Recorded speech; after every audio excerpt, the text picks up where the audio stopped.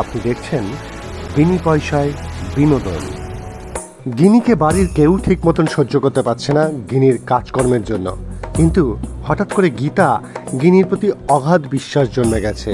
তাই গিনি সমানে গীতার কাছাকাছি থাকছে এবং বলছে তার বাচ্চাকে সে বড় করে দিয়ে তবে সে এ বাড়ি থেকে যাবে, এবং গীতাও সেটা মেনে নিয়েছে।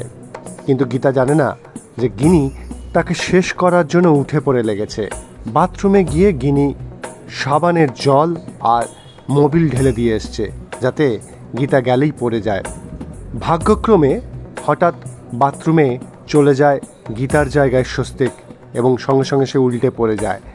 স্বস্তিককে সেখান থেকে উঠিয়ে নিয়ে আসে গীতা, এবং সকলে চিৎকার শুনে স্বস্তিকের ঘরে চলে আসে এবং জানতে পারে সারা বাথরুমে ছড়ানো ছিল সার্ফের জল আর মোবিল।